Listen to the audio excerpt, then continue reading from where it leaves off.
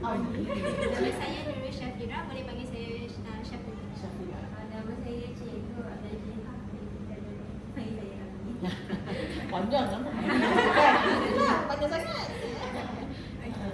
Ya, kami nak mulakan soalan yang pertama. Okey, baik. Soalan yang pertama adalah apakah ada jenis pentaksuran cikgu gunakan? Okey, pentaksuran kita gunakan yang biasanya pemerhatian. Sebab kanak-kanak ni dia kan bergerak, kan? Bergerak. Bila dia bergerak, dia ada bercakap, komunikasi dan sebagainya lah. Bila dia buat kerja pun dia ada berkomunikasi, fizikal, apa semua bergerak. So kita lebih pada pemerhatian. Bila kita dapat pemerhatian tu, bila dia buat macam contohnya dia dah buat lah aktiviti, lepas tu kita kat situ kita boleh nilai. Contoh kalau fizikal, kalau dia dah buat aktiviti, dia boleh tak melompat apa yang kita itulah, apa yang kita nilai tu, kita just catatlah yang dia boleh buat aktiviti tu. Kalau misalnya kata yang latihan bertulis pula, dia akan hasil kerja dia. Ataupun sendiri aktiviti dia akan hasil kerja dia. Itulah pemerhatian. Lepas tu kita buat macam apa tu, kalau skala kadar tu jarang. Kalau apa lagi tu, skala semak. Tu kalau kita nak buat contoh, kalau kita nak buat bahasa Melayu lah, bahasa Melayu bahasa komunikasi, kita dah untuk hari tu kita tak boleh je buat skala semak. Budak ni boleh apa? Boleh menulis macam secara betul. Contohlah kan, dalam dia menulis tu dia boleh menginjil sekali. Kita buatlah tik-tik macam tu. Simple je sebenarnya, prasekolah simple. Daripada apa yang dia buat, itu kita nilai. Bukan exam memang tak ada. Kalau sekolah-sekolah luar, kalau macam prasekolah tadika swasta ada exam, salah. Itu dia nilai memang cara exam kalau kat luar. Kalau kat swasta tu. Tapi parents tu yang tak. Sebenarnya ada tengok anak macam mana kan. Kita tak boleh. Jangan sekali kata hari ni kita nak buat exam tak boleh. Kita buat pemerhatian, semak tu macam secara masa dia buat kerja tu lah. Dia tak ada announce ini ialah sekolah semak. Tak ada. Soalan kedua, apakah kaedah yang cikgu guna untuk rekod perkembangan anak? Kaedah dia contohnya macam tu tadi pemerhatian semua tu.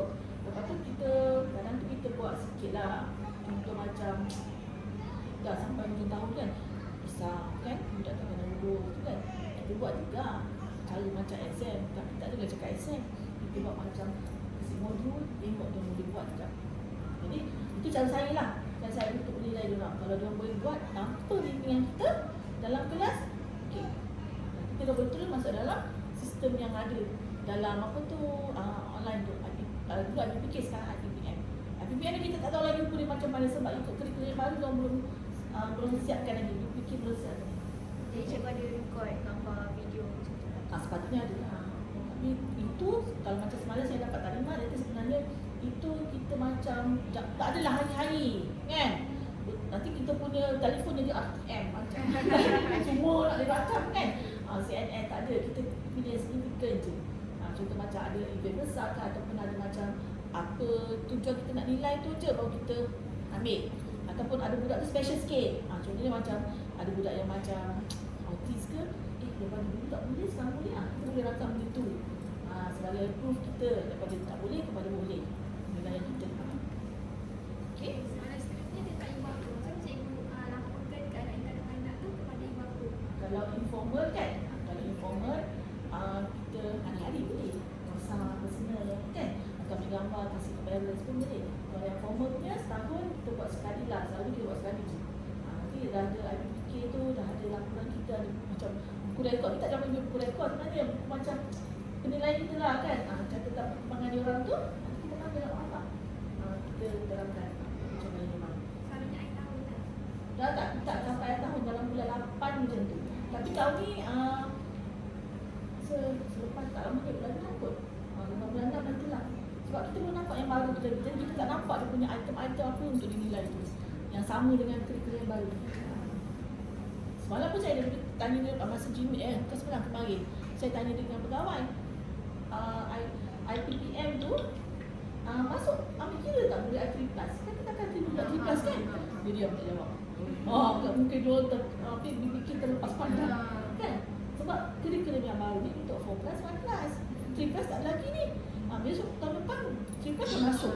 Sebab dalam saya punya sistem apa tu SMPK, apa tu? SMPK tu pendaftaran tahun depan tu nanti kita Baru 5 orang 3 plus. Dua je. Yang kalau 4 plus kan, dia masuk budak sebelah masih lagi baby kan. Kita lagi sudah mak aja. Tak ada dia akan jadi macam hara sikit. Kan? Baby lagi. Tak pandai berdiri. Tak pandai berdiri. 4 dah memang belum pandai. Lepas tu 3 plus lagi. Lagi lah. Kata macam mana? Kenapalah kan? Kenapalah kan? Biarlah 3 plus tu dengan apa? Pemata. Kan? Dengan kat luar. Biar dia 0 dengan 4 sampai 4 plus. 3 plus tu biar dia orang. Kita ambil 4 plus dengan 5 plus. Dah cukup. Ini dia nak push yang 6 apa ni? 5 plus tu 6 tahun ke 1. Ini dia ambil yang kecil-kecil. Kurang lah. Boleh tengok. Oh, kan? Nak suruh cakap Susah kan? tak bernangis. Itu saya cakap mas, kita pencin je lama. Asal macam, alamak, asal mak lagi bilang aku kan. Tak adalah, kalau kita macam ni cucu sendiri tu lain. Itu ramai orang kan. Aku macam expectation mak bapak tinggi. Dan harapkan masuk je dah. Wah, nanti pasal aku bandar. Macam mana kan? Okey, soalan yang keempat, kenapa proses analisis pentadbiran ni penting dalam pendidikan kanak-kanak? Untuk lihat dia punya perkembangan.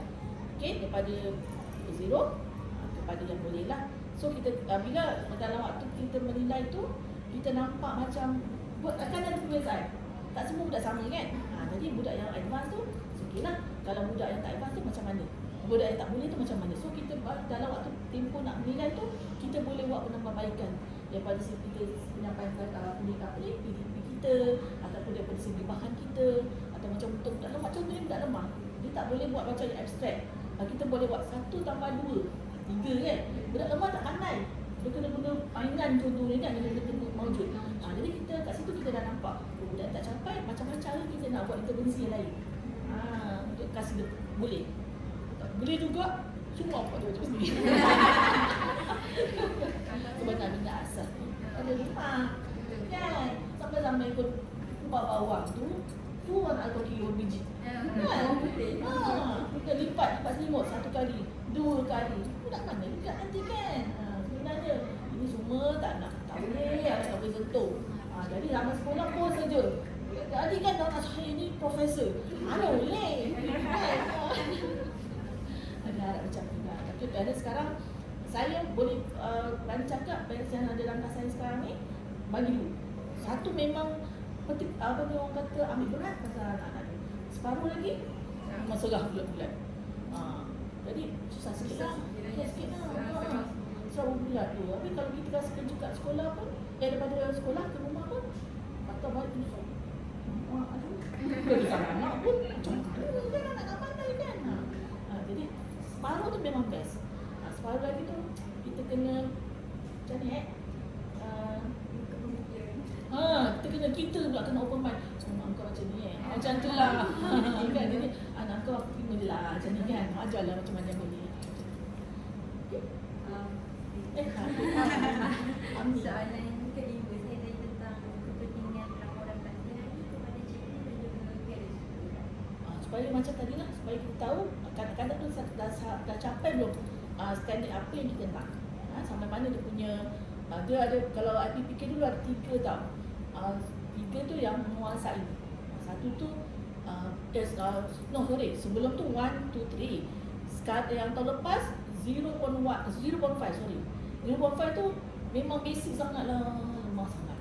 Okey, kalau 1 tu dia dah boleh sikit-sikit. Kalau 2 dah boleh menguasai, contohnya boleh mengeja.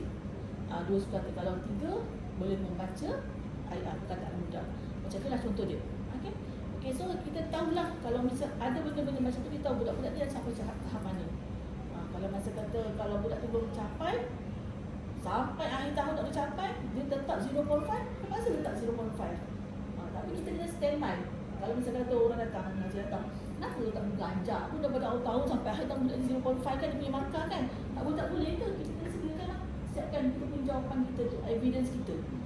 Kita dah siapkan ni, dah kasih latihan ni, budak ni masih macam ni. Sebab apa? Dia ada masalah pembelajaran, autism ke lambat, slow learner kan, kita standby jawapan macam tu.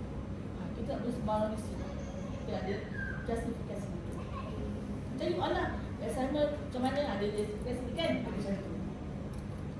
Tapi kadang-kadang senang je. Kalau pasal fizikal boleh melompat kaki. Boleh naik tangga. Seorang yang tak boleh turun tangga dengan tanpa pegang tanpa bantuan si Iskandar lah. Kan autis kan, aku takut sikit turun tu.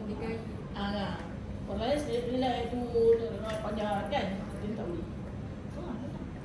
Itu kita boleh masukkan di dalam crossfit. Dan satu lagi crossfit. Crossfit tu untuk budak-budak yang macam nak kata hal sangat tidak, dia tak boleh tu. Ada masalah. Ada masalah fizikal apa semua. Tapi nak kata boleh masuk crossfit pun tak boleh juga. Pasal dia masih boleh berlari. Turun tangga dia susah.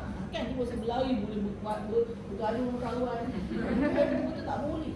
Macam dia macam beku lah. Kita beku macam tu. Dia bukan nak masuk khas tak boleh. Dia ke masuk kelas sekolah. Tapi dia ada khas dia, ciri-ciri khas dia tu. Tu kita masuk dalam crossfit pula. Macam dia tak ada penilaian dia. Tapi sebenarnya crossfit dia daripada patutnya masukkan dia buat check up kat klinik kan, masa lagi kan budak kat kepala boleh guling kan. Pada situ patutnya mak dan set kan, dah dapat berapa tahun daripada nurse, budak tak boleh macam tu. Masa tu patutnya mak ayah kena ambil penting tindakan lah, macam mana kan buat terapi kan.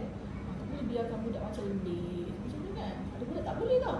Dia macam dia macam ni, dia lari tu kaki dia macam terbuai-buai. Terbuai-buai. Dia tak boleh lari tegak tak macam lari budak macam biasa.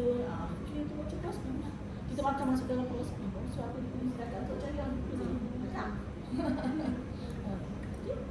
Soalan yang terakhir, apakah cabaran yang cikgu hadapi semasa menjalankan pentas ini? Cabaran so far tak adalah, cuma ketidakhadiran. Budak selalu tak hadir tu sehari susah kita nak nilai dia. Tak ada je kan. So bila dia ada, dia dah tertinggal banyak kemahiran. So kita nak nilai pada diri seorang, dah kacau yang lain. Tak ada terpaksa juga buat. Yang lain saya on, yang dia saya minta membantu jalankan aktiviti ke kan, outreach tu kan, macam apa kemahiran yang tertinggal tu. Benda kena basic je. Macam Adrian so tak datang, dia tak tahu apa tu beza warna, macam bukan tak tahu beza warna, dia tahu warna tapi dia tak tahu okey rambut kena hitam, kita kena cakap.